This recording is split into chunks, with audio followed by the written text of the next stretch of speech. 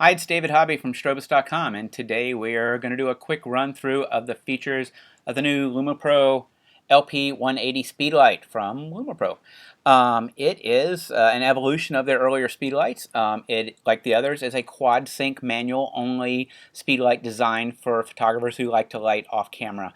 But the thing is, it's like better in just about every way. It does keep the 2-year warranty that the other flashes had before it, so that's fantastic, and twice as long as that of Nikon or Canon. So you know it's not a piece of junk when you get it, which is cool. It's manual speedlight. Got a couple little extra things designed for lighting photographers, one of which is the 1/4x20 mount, which allows you to mount the flash like directly to your umbrella swivel and get it right on axis with your umbrella, which is pretty cool. Another thing is the umbrella, I'm sorry, the gel slot, which is in the front. Let's see, there, can you see that now? They're like little teeth designed to hold a gel just to slide it in like so, and that's a nice little touch for lighting photographers. But frankly, it just does everything you'd want it to do and does it really well. It's very ruggedly made. It is a high duty cycle flash designed to last a long time with a warranty that that reflects that.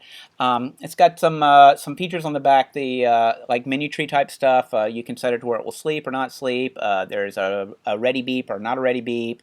Um, the background light can be turned on or off. The slave, which is one of the 4 ways that this flash syncs, a quad sync flash 4, can be set to be on or off independent of the other methods of sync, which is really nice because there's sometimes when you want to close off that sync method and not let other people grab your flashes, and there are times when you want to have every possibility of every flash going off, like when you're working at the edge of a radio's envelope or whatever. The slave is very sensitive, and it also can be set to ignore pre-flashes and then fire when the main flash goes. In terms of like if you're an event or wedding shooter, you might want to have manual lights on the backgrounds in your room, but be working in close with people on TTL. So that's kind of cool if you're into that kind of thing.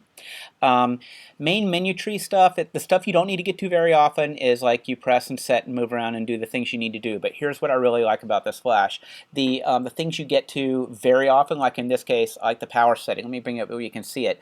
I don't have to look at what I'm doing to change the power. So I just go hot with it and go from 1/4, 1, 2, 3, and I'm at 1/8. I don't have to think about it. I don't have to look at it. It's just hotkeys.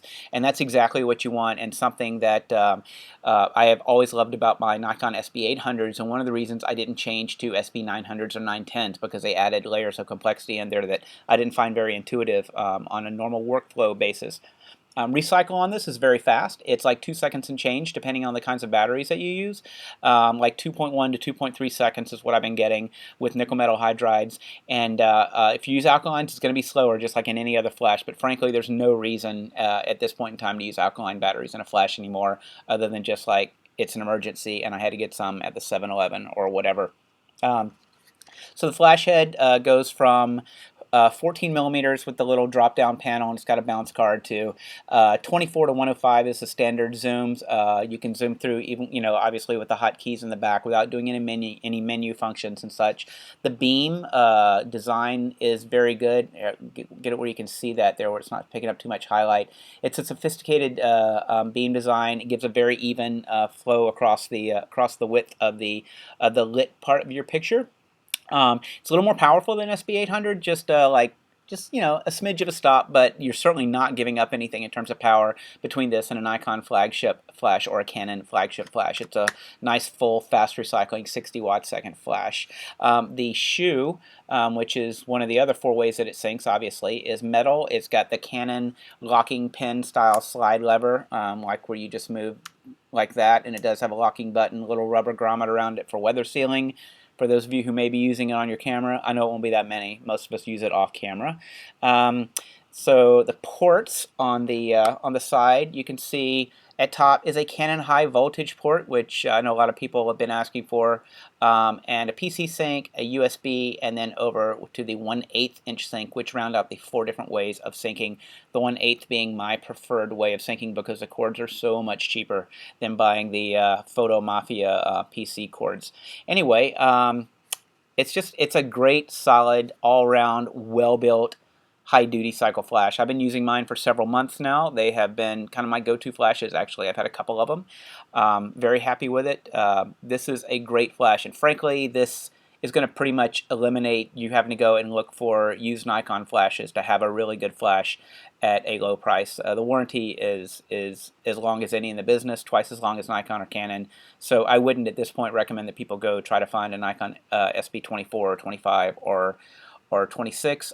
Frankly, the only reason even to get the name brand flashes at this point, like the OEM flashes, would be that you really need to use that ETTL or wireless Nikon CLS type sync or high-speed flash, because this is a straight manual lighting photographer's flash. But obviously you're going to pay more than twice as much to do that kind of stuff too, and you pay that tax every time you go to buy that next flash. So this is basically agnostic of any kind of sync or light that you're gonna run through it, and frankly won't obsolete itself when the camera manufacturers change their proprietary syncing systems, as they regularly do. But anyway, this is the LP180 flash. I've been really happy with it. I've got the first 4 of them coming off the truck are bought and paid for and coming to me. So I'm really excited that they're here. It's been a long time coming, and there they are.